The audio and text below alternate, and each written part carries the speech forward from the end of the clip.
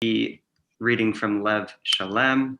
So if you're following along in that Siddur, we're going to start Mincha on page 214. I don't have the chart with the other page numbers, so I apologize for that. But if you're in Lev Shalem, we'll begin on 214.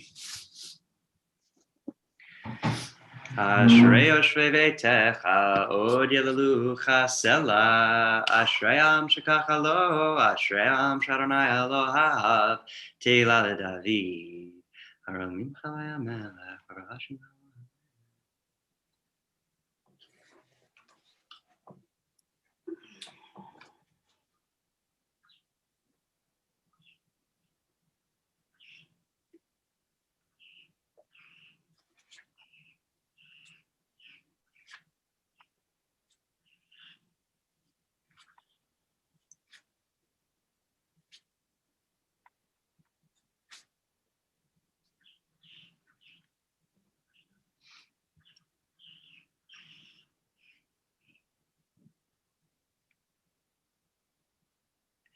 Teila Adonai yadaber piv yorecho basar shem kocho leolam va'ed v'anachnu nevarech ya me'ata ve'ad olam hallelujah.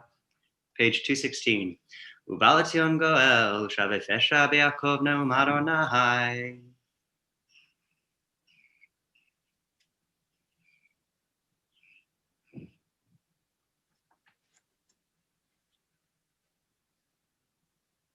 Ve'ta kadosh yoshev tilot Yisrael v'kara zeh el zeh ve'amahar. Kadosh kadosh kadosh Adonai tzvaot melech la'aretz kevodo.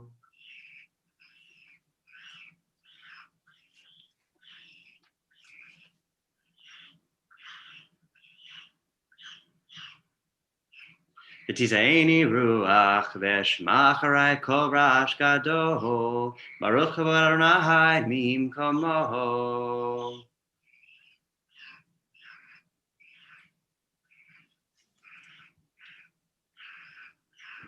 Adonai yimloch le'olam va'ed.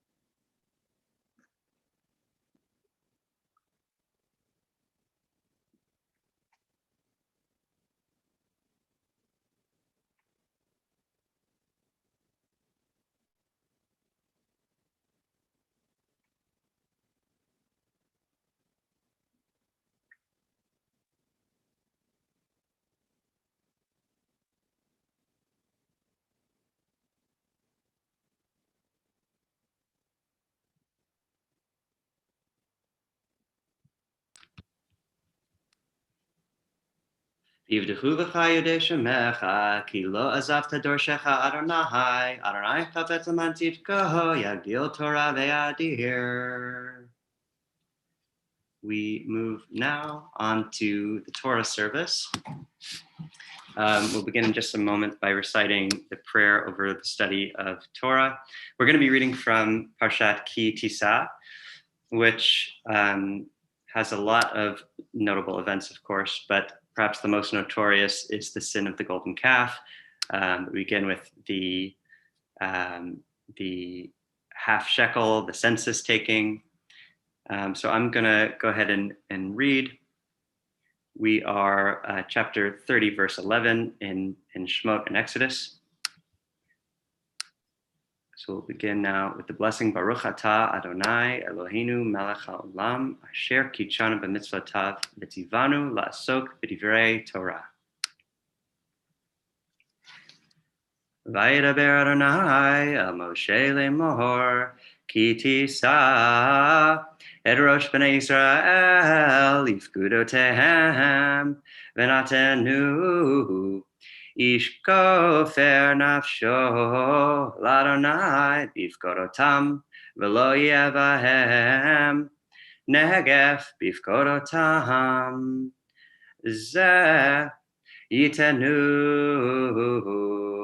כל העובר על הפקודים מחצית השקל בשקל הקודש, 20 גרה השקל, מחצית השקל, תרומה לאדוני.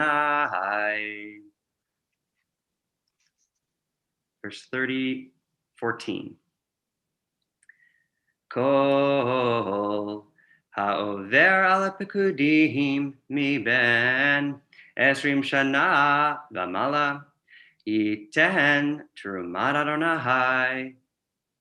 האסיר לא ירבה, והדל לא ימית ממחצית השקל, לתת את תרומת אדוני לכפר על נפשותיכם. ולקחת את כסף הכיפורים מאת בני ישראל, ונתת אותו על עבודת אוהל מועד, והיה לבני ישראל לזיכרון לפני אדוני, לכפר על נפשותיכם. 30:17. וידבר אדוני אל משה לאמור, ועשית כיור נחושת וחנו נחושת לרוחצה, ונטע אותו בין אוהל מועד ובין המזבח, ונתת שמה מים, ורחצו אהרון ובניו ממנו את ידיהם ואת רגליהם. בבואם אל אוהל מועד ירחצו מים ולא ימותו, או וגישתם אל המזבח לשרת, להקטיר אישל אדוני. ורחצו ידיהם ורגליהם ולא ימותו, והייתה להם חוק עולם, לא ולזרעו לדורותם.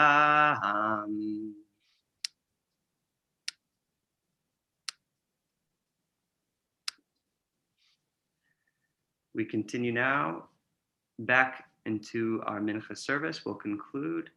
We turn to page 223 for our silent Amidah. So I'll give you now some quiet private time as we daven our own silent Amidah.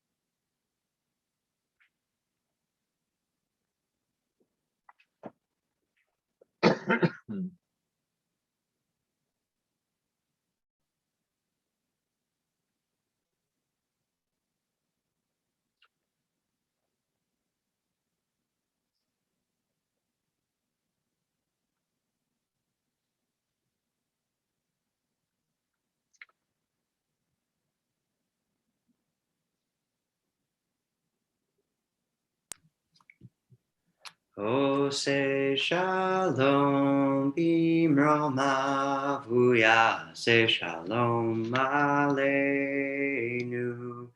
ve'al kol Yisrael ve'imeru amen. Ose shalom bimromav se shalom aleinu ve'al kol Yisrael ve'imeru amen. I invite you to continue at your own pace. Otherwise, we continue and conclude our Mincha service. We're on page 230. צדקת וצדק לעולם, ותורתך אמת, וצדקת אלוהים, עד מרום אשר עשית גדולות, אלוהים מי כמוך, צדקתך כהראל, משפטך תהום רבה, אדם ובהמה תושיע אדוני. Aleinu on page 231 in Lev Shalem. Aleinu לשבח לאדון הכל, אתן גרוע לצער בראשית.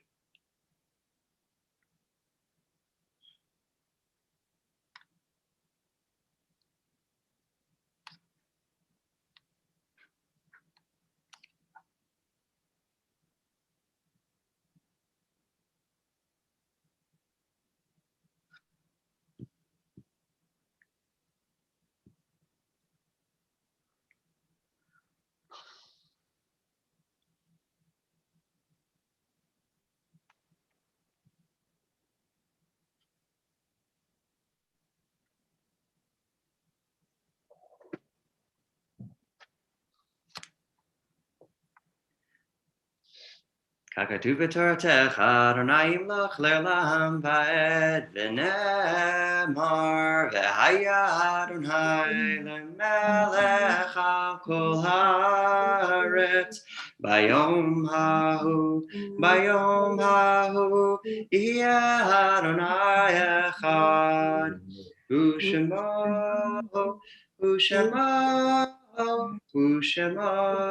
אחד. Kaddish Yatom Mourner's Kaddish is on page 232. Is there somebody who can lead us in Mourner's Kaddish? Yes, Linda. Thank you. Yitgadal v'yitkadash shemei Rabbah. Amen. V'yalma divra chirutei v'yamlich malchutei v'chayechon uvyomechon uvchaye dochol beit Yisrael b'gala uvizman kariv v'yimaru. Amen. Yehi shmei Rabbah mevarach li'olam olmei almaya. Yitbarach v'yishtabach v'yitpa'ar v'yitramam v'yitnaseh. V'itadar, v'yitaleh, v'yitalal, shemei d'kudashah, Richu. le'ela min kol birchata, v'shirata, tushbachata, v'nechamata, damiran, b'yama, v'yimaru. Amen. Yehi shlama rabba min shamaya, v'chayim aleinu, v'al kol Yisrael, v'yimaru. Amen. Oseh shalom b'mramav, Hu Ya'aseh Shalom Aleinu V'al Kol Yisrael V'Yimaru. Amen. Amen. Thank you, Linda, for leading us. Thank you. Thank you. So what I want to do now, I'm going to screen share. I actually want to, instead of diving in on a text study in Ki Tisa, I want to linger for a moment on Tetzaveh. I hope that's all right with everybody. Host disabled participant screen sharing. If we are able to enable that, if we have a host here who can give me that power, great. Otherwise,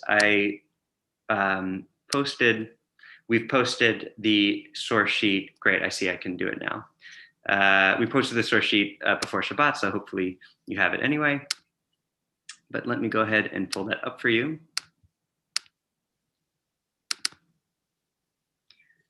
Okay. Can people see it okay? Thumbs up, great. So one of the reasons I wanted to linger on Tetzaveh for a little bit is that with Purim, one of the great joys, of course, is dressing up in fun costumes. And Tetzaveh spends a lot of time talking about the costumes of the Kohanim, what garments they are to adorn themselves in when they perform the service of the sanctuary. But more than that, it goes into detail about the construction of the Mishkan, which is right, the portable sanctuary, God's dwelling place among the people of Israel as they're traveling, wandering in the desert. And we get a lot of interesting instructions. One of the themes, it seems like a motif throughout it, which I found this time, and every time you read something new, and for me this time it was the word tamid. We get the word tamid a lot, which is eternal. The most obvious example is the ner tamid, the eternal flame that's supposed to go up. But there are a couple other ones that will come up as we're reading through this source sheet. And I don't know about you, but the first question that hits me is, how are you possibly supposed to create something eternal from something that by nature is temporary? And I think that you can extrapolate from that, because it doesn't, from this specific example, I think that's kind of the whole paradox of life, right? That life, which is temporary, how are we supposed to create something lasting and eternal from it? So for me, this smacks of legacy. So looking at Tetzaveh from the lens of legacy, I think it offers some really poignant insights on how to best try to leave behind a lasting legacy.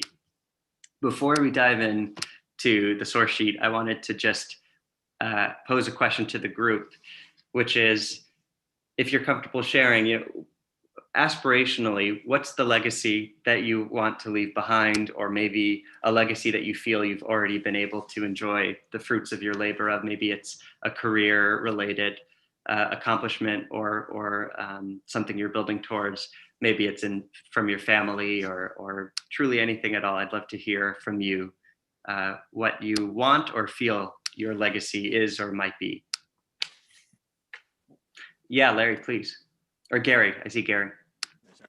No, I guess my thing will be, when I pass away, if I could say that I was a good husband and a good father, and my kids have turned it so they have become good people as well. I mean, that's all I could be asking for. I think that's beautiful. Wait. Margulies, were you going to say something? Did I cut you off? Oh, no. Well, I won't put her on the spot and testify to if you've met that marker as a husband. I'm sure you have. So, and as a father, but I think that's beautiful, right? Getting meaning and purpose from relationships and family and the people you leave behind, if you're lucky enough to do so. Great. Any others?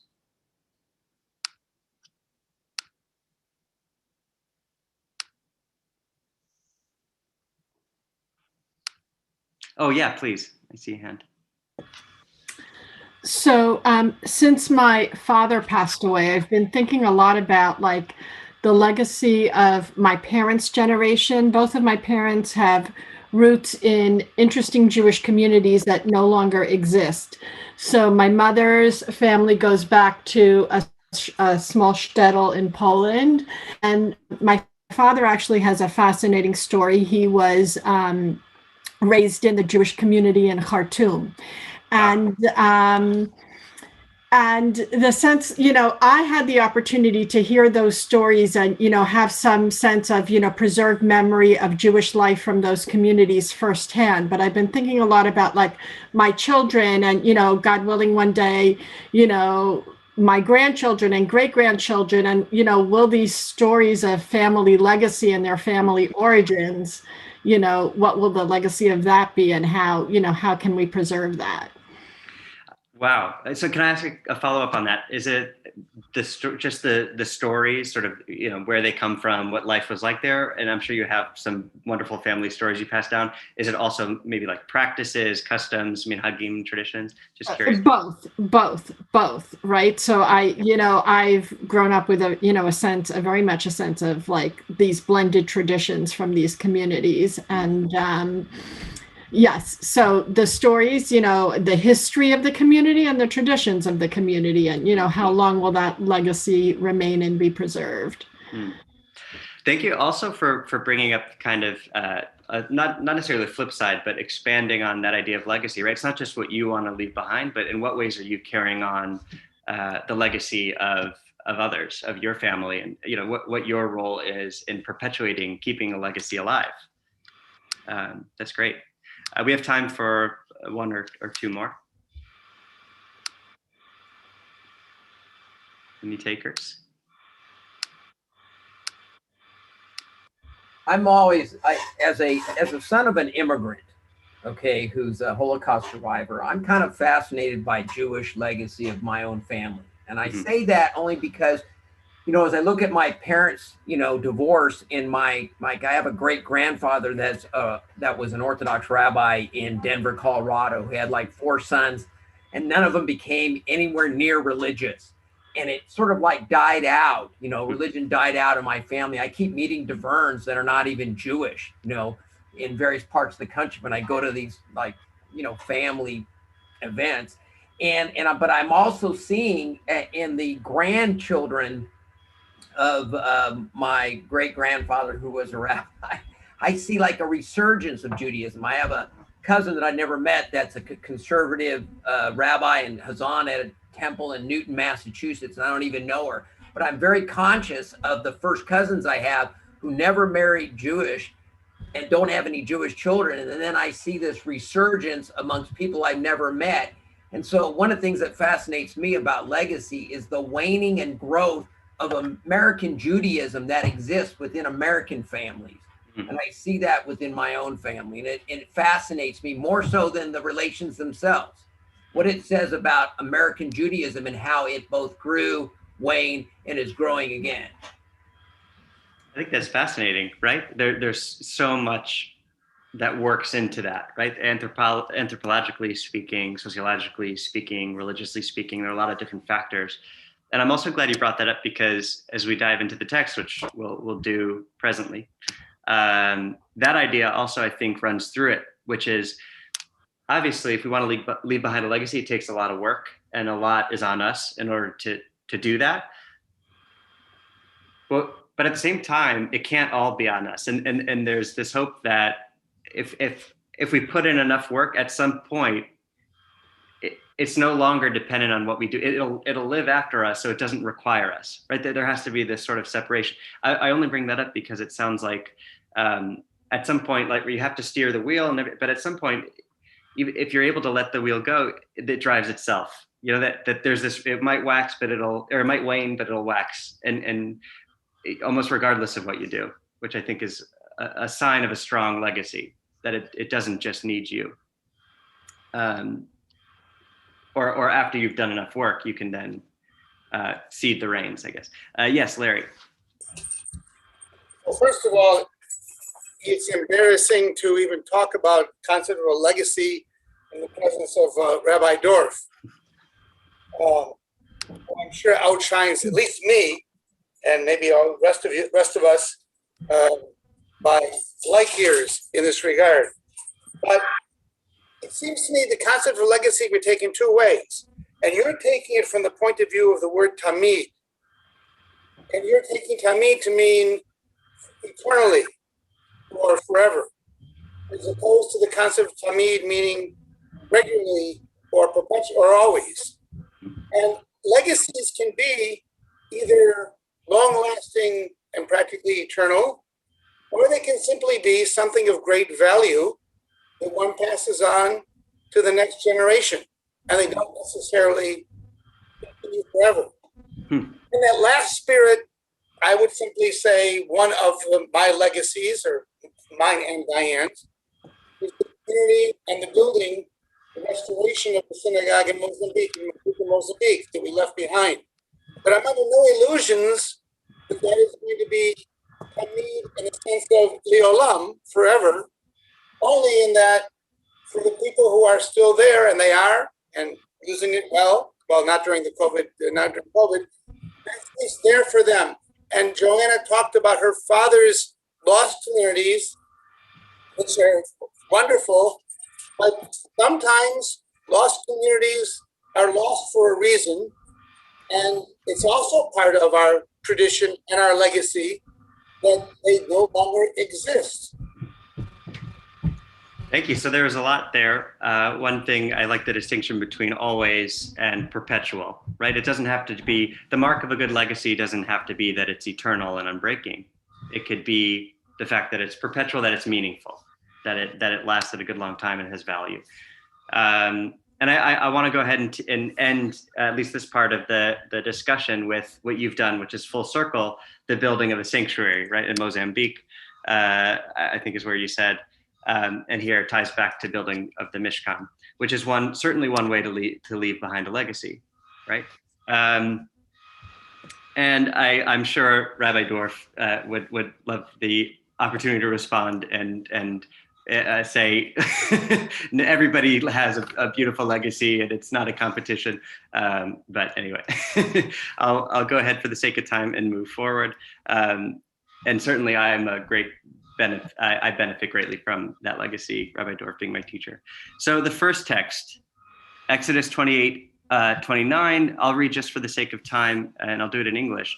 Aaron shall carry the names of the sons of Israel on the breastpiece of decision over his heart when he enters the sanctuary for remembrance before the Lord at all times, right? So we are discussing here the Choshen, this breastpiece that Aaron wears, and there's something interesting about it. In particular, the fact that the names of the children of Israel are named on it, the tribes, and the positioning of it over his heart.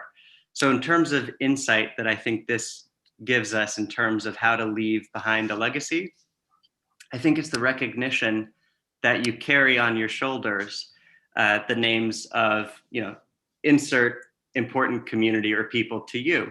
Right, whether that's the Jewish people, whether that's your family, whether that's values and not necessarily specific people, but the fact that no matter who you are, no matter what your level, your status or position is, you carry on your shoulders a great sense of obligation. And how you do that, here I'm reading over your heart, right? That how do you lead according to Tetzaveh? I think you lead first with your heart. So I want to leave a minute now for discussion on that, whether it hit you the same way, a different way, you agree, you disagree. The notion of carrying on your shoulders and leading with your heart.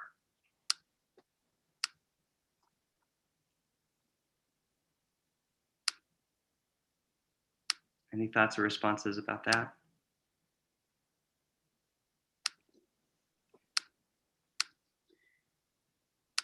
Great. Well, we'll go ahead and move on to the next text. But I'll say that in the stories you've told me, I heard those themes interwoven into that text, right? The idea of carrying the stories of your parents from these disparate geographic locations and wanting to keep those minhagim and stories alive, carrying that, and that it's something in your heart that leads you to want to do that. And in all of your stories, I think those themes resonated. The next text, Shemot 27:20, you shall further instruct the Israelites to bring you clear oil of beaten olives for lighting, for kindling lamps regularly. So here we get the Ner Tamid, which again, we've already mentioned how this is an interesting paradox to have something eternal and something temporary. And Larry brought up the important point that Tamid could be eternal, but it could also be perpetual or regular. So I want to jump right into the Rashi. This is Rashi on Exodus 27:20. That's that verse. Rashi says, Al halot ner tamid, to cause the light to burn, or literally to ascend, lahalot, continually. So one must enkindle it until the flame ascends by itself. So this is what I was trying to hint at Brant's comment, right? That you might do everything you can in honor and in respect and in commemoration of a Holocaust survivor, especially of the parent, to keep the Jewish flame alive. And you might be frustrated at your own lack of control and ability to make sure that all of your family necessarily right does that.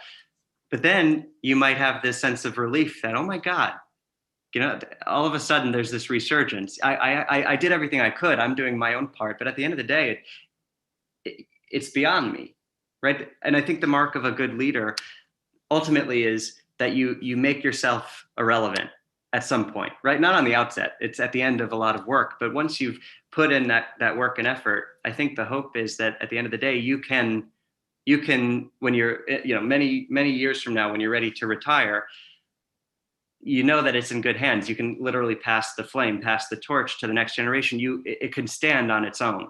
The synagogue you built in Mozambique, right? If it needed you to keep it going, it wouldn't have, it could only last the lifetime of one person. But if it's in good hands and you're able to let it stand on itself, that I think is the mark of a legacy. Any thoughts or responses to that? Yeah, Rabbi Dorf. Just a thought that, I'm sure that every one of you that has children or grandchildren will understand that whatever you intended to pass on to them, they will do on their own what they will do with it. And part of being a parent or a grandparent is to recognize that they will not be exactly you. And frankly, that's healthy. But it takes a little while, a little bit of humility also, frankly, to recognize that their, whatever it is you pass down, whether it's Judaism or a love of music or whatever it is, right, will be different in their lives than it is from yours in certain ways, and in some ways the same, and that's healthy. And it's, in part because they're going to be living in another generation with its own challenges, and they're going to need to be able to face those challenges in a way that is appropriate for that time. So I think the only problem I have with the Rashi here is that usually when you think about lighting a candle with let's say with one candle lighting another, you presume that the newly lit candle will be look like the exact same thing as the one that you used to light it. And more or less with candles, that's the same. Although if you really look at, let's say, Hanukkah candles, they really do look differently over the course of the time, right? But all I want to say here is that you have to have a certain amount of humility about what you can pass on and what you should pass on and the way in which you pass it on. Thank you. Yeah, absolutely right. It's true with the flame. It's the same.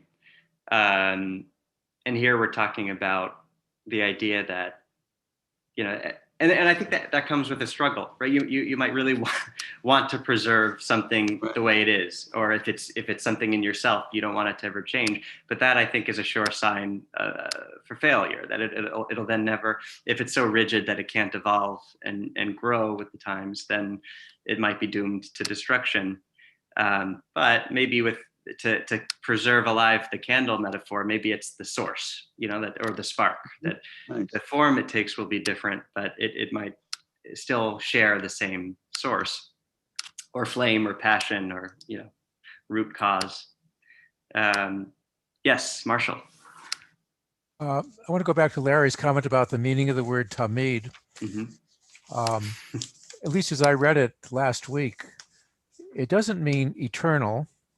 It means ongoing or continuous. And the priests were told to tend this nair every night, continually. So what do I draw from that? Because they could have used the word lanetzach or nitzchi, which they didn't use that word. And even in your first example, Lifnei Adonai Tamid, at all times, they could have said B'chol eight at every single moment. Right. So what I would draw from this whole thing is that if something is Tamid, it always needs to be continually tended. Mm-hmm. We just can't leave it to chance. It has to be constantly nurtured. Mm-hmm. And just as that light, that nair has to be continually lit every single night, so too do we have to continue to nourish our relationships and not expect that our influence will be, just because we're influential, will last forever. Thank you. I think that's a really important distinction. And I think it also is a nice charge, right? To not just expect something to last forever, but to recognize that it's something that constantly takes work and revisiting, and it's not something that comes lightly. By the way, I forgot to point out the other Tamid, which if you look back at the first verse, and I think this ties into what you're saying as well, for remembrance before the Lord at all times, right? Lezikaron lifnei Hashem Tamid. And certainly that probably doesn't mean b'kol eight, right, at every single time, because presumably they're not standing before God in this manner at all times. Because this seems to be describing a very specific moment when he comes into this, into the Mishkan, into this room, right? It doesn't mean that the priest stays there. It's a whenever he is, right? So it can't mean eternal, forever, at all times. So I want to bring us to our final verse here, which you might be very familiar with. But what I wasn't familiar with until I read it this time was that if you look at our verse about Ner Tamid, the perpetual or eternal, however you want to read it, continual flame, the flame, I think, casts a shadow. And I think that shadow is this verse, because if you look Exodus 27:20, this is absolutely a stretch, I know, and I don't usually do stuff like this, but Exodus 27:20, the mirror reflection from Mishlei Proverbs 20:27. So I like the image of the Ner casting this shadow, which is this verse. The life breath of man is the lamp of God, of the Lord, revealing all the person's innermost parts. Ner Hashem Nishmat Adam. And what this made me think of in the context of everything we've read is that God puts in us a Ner Tamid, and I think that's the neshama, or the soul, however you understand the soul. I think there's something, whether you understand that theologically, spiritually, or more as our passion, our animating force. I think God puts in us whatever that is.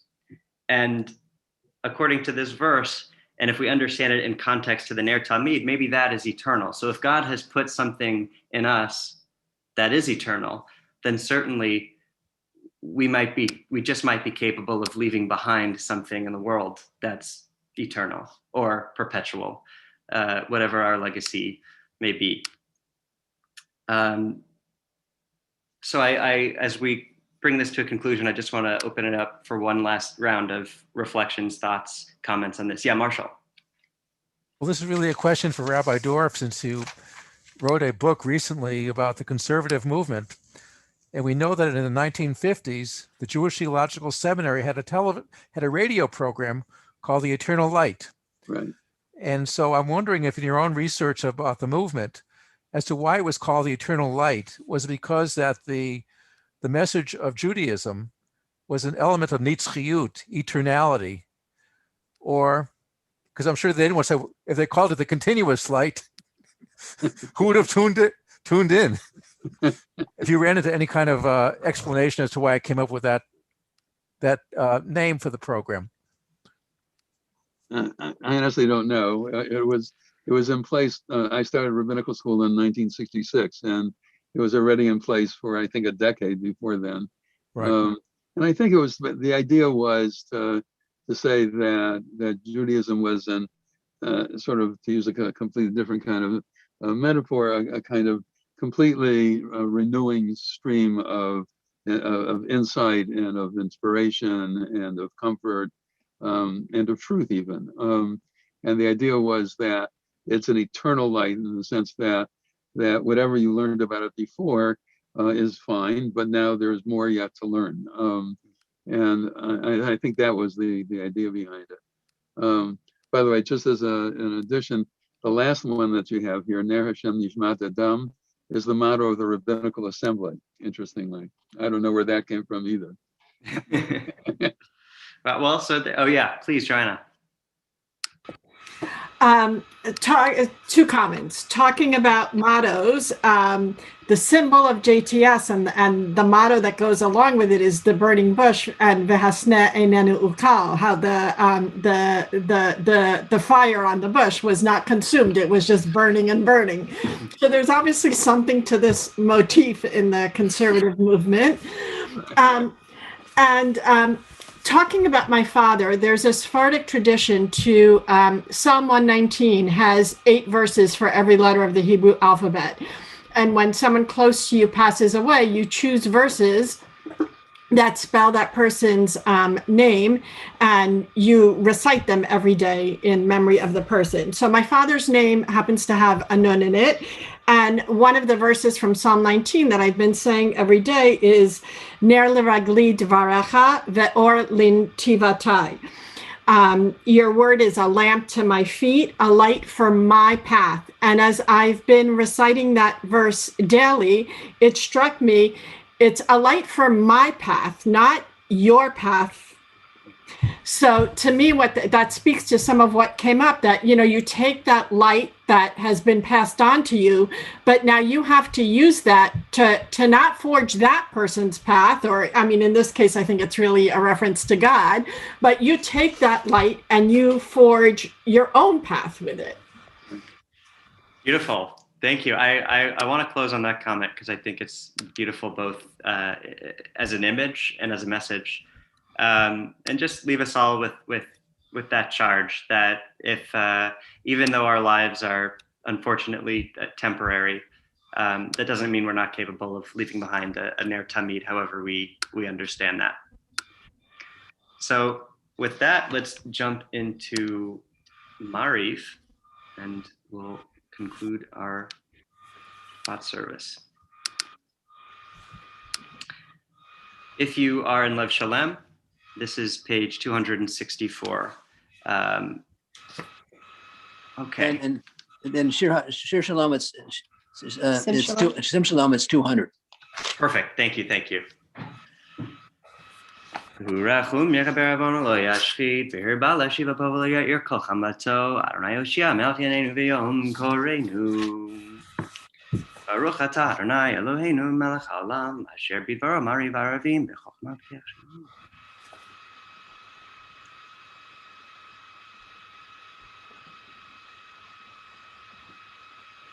Umavir yom umevi laila umavdil ben yom uvein laila Adonai tzvaot shemo el chai v'kayam tamid yimloch aleinu le'olam va'ed Baruch atah Adonai hamari v'aravim Ahavad olam beit Yisrael.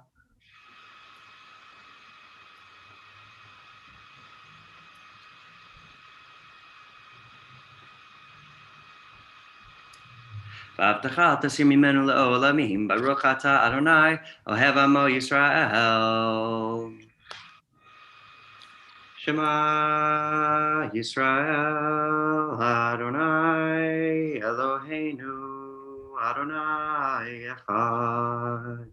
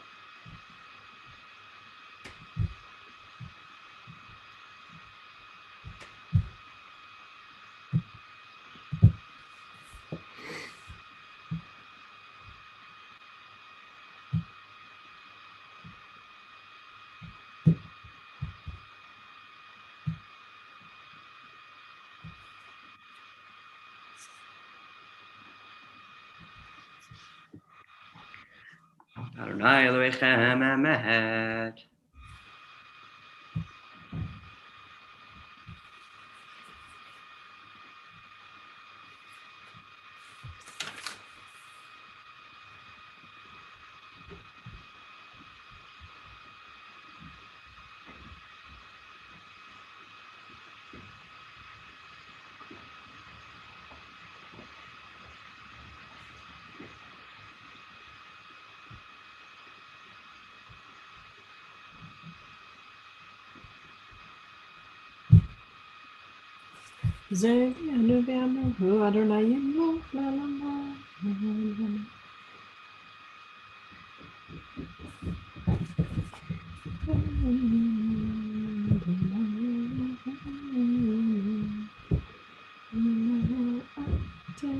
Umalchuto b'ratzon kiplu aleihem, Moshe u'Miriam u'bnei Yisrael, lecha anu shira b'simcha rabba v'emru chulaham. Mi chamocha ba'ilim Adonai, mi kamocha neder b'kodesh, Nerat hiloto seifele. Adonai yimloch le'olam va'ed. V'ne'emar kifara Adonai et Yaakov, u'ge'alom yad chizak mimenu. Baruch atah Adonai, Ga'al Yisrael. Hashkivenu Adonai.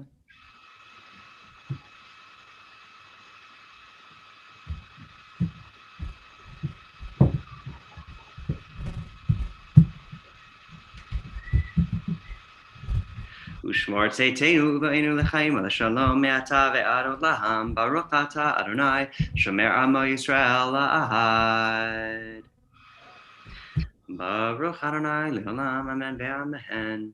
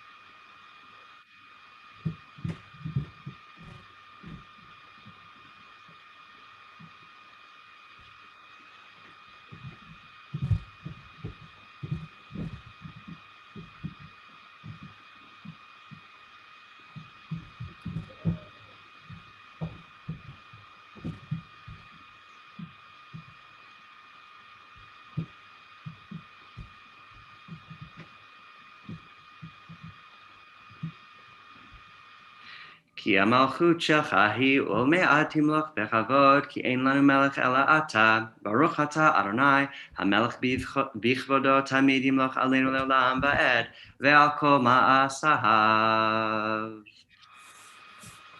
We turn now, if you're in Lev Shalem, to 270 for our own silent Amidah.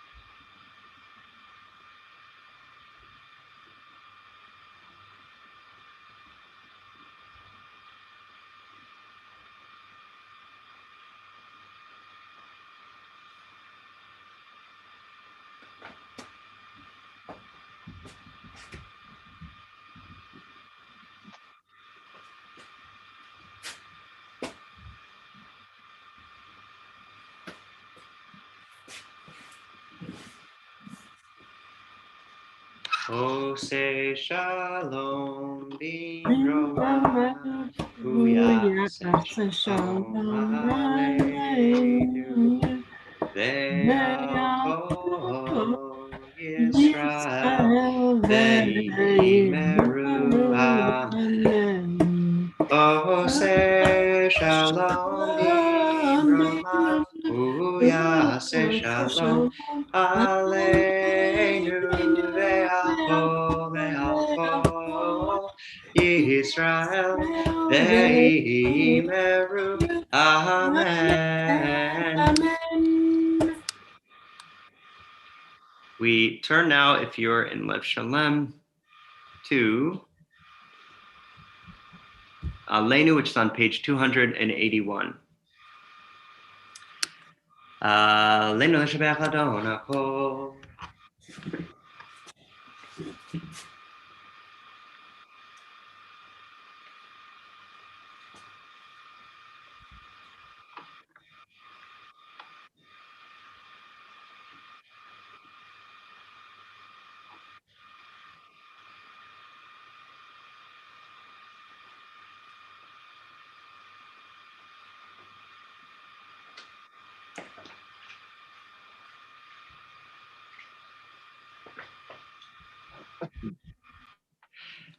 Kakatu b'toratecha, Adonai yimloch le'olam va'ed, v'nemar, v'haya Adonai, le'melech al kol haaretz, bayom hahu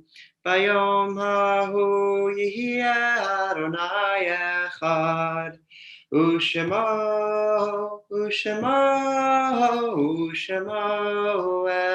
echad. Kaddish Yatom on Lev Shalem is 282. And can we have someone to lead us? Linda, would you mind leading us again, if that's right? Or unless there's somebody else who needs to or wants to. Okay, Linda, that'd be great. Thank you. Okay.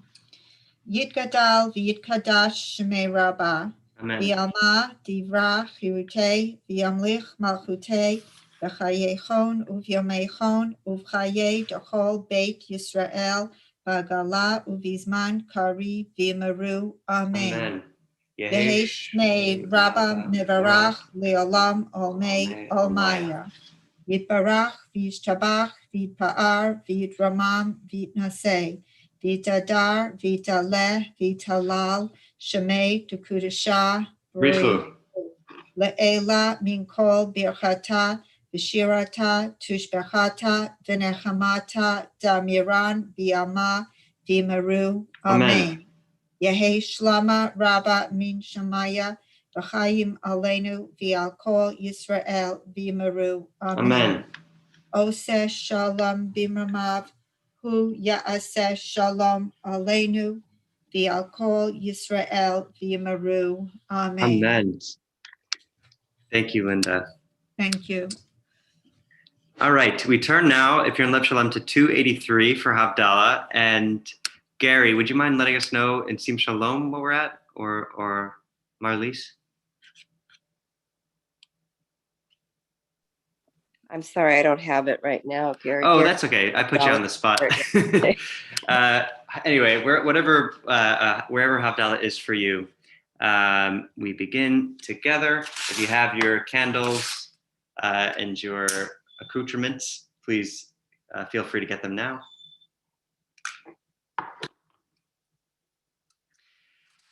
Yanai nanai nai nai nai yanai nanai nai yanai yanai nanai nai nai nai yanai nanai nai yanai nai yanai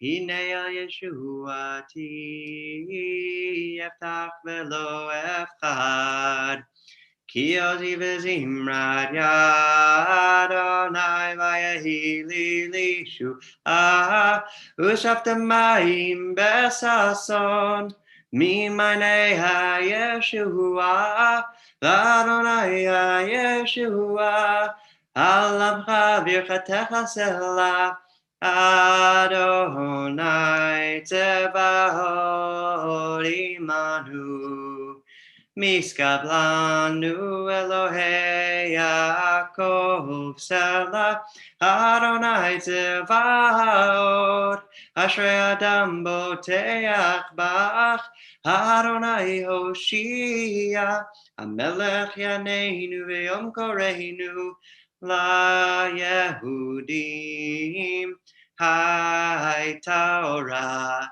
V'simcha v'sason b'kar ken tihiyeh lanu kos Yeshuot esa u'v'shem Adonai ekra Yai nai nai nai nai nai nai Yai nai nai nai nai nai nai Savri Baruch atah Adonai Eloheinu melech haolam borei peri hagafen Baruch atah Adonai Eloheinu melech haolam borei minei v'samim Baruch atah Adonai Eloheinu melech haolam borei meorei haish Baruch atah Adonai Eloheinu melech haolam hamavdil ben kodesh lechol ben or lechoshech ben Yisrael la'amim ben yom hashvi'i l'shechet yemei ha'maseh Baruch atah Adonai hamavdil ben kodesh lechol.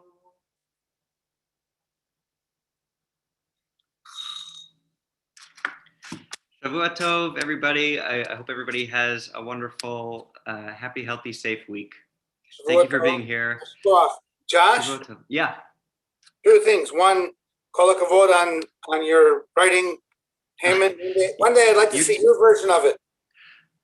Thank you for saying that. I understand. Thank you. It was wonderful. It really was.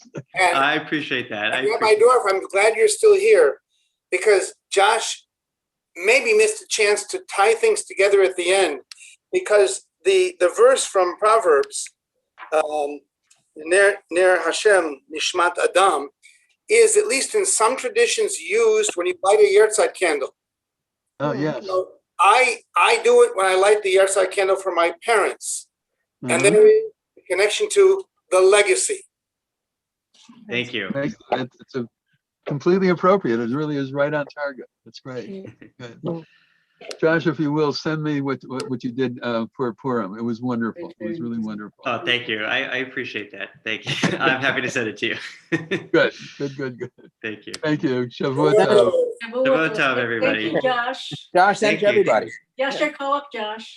Thank you. Thank you all. Appreciate it. Shavua Tov. Shavuot Tov. Josh, you need, can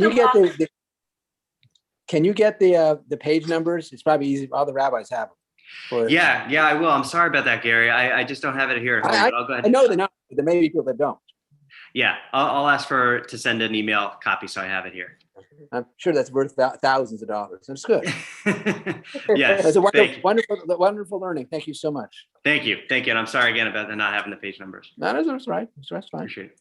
Thank you. Thank you so much. Thank Bye. you all. Shavuot Tov. Bye. Bye.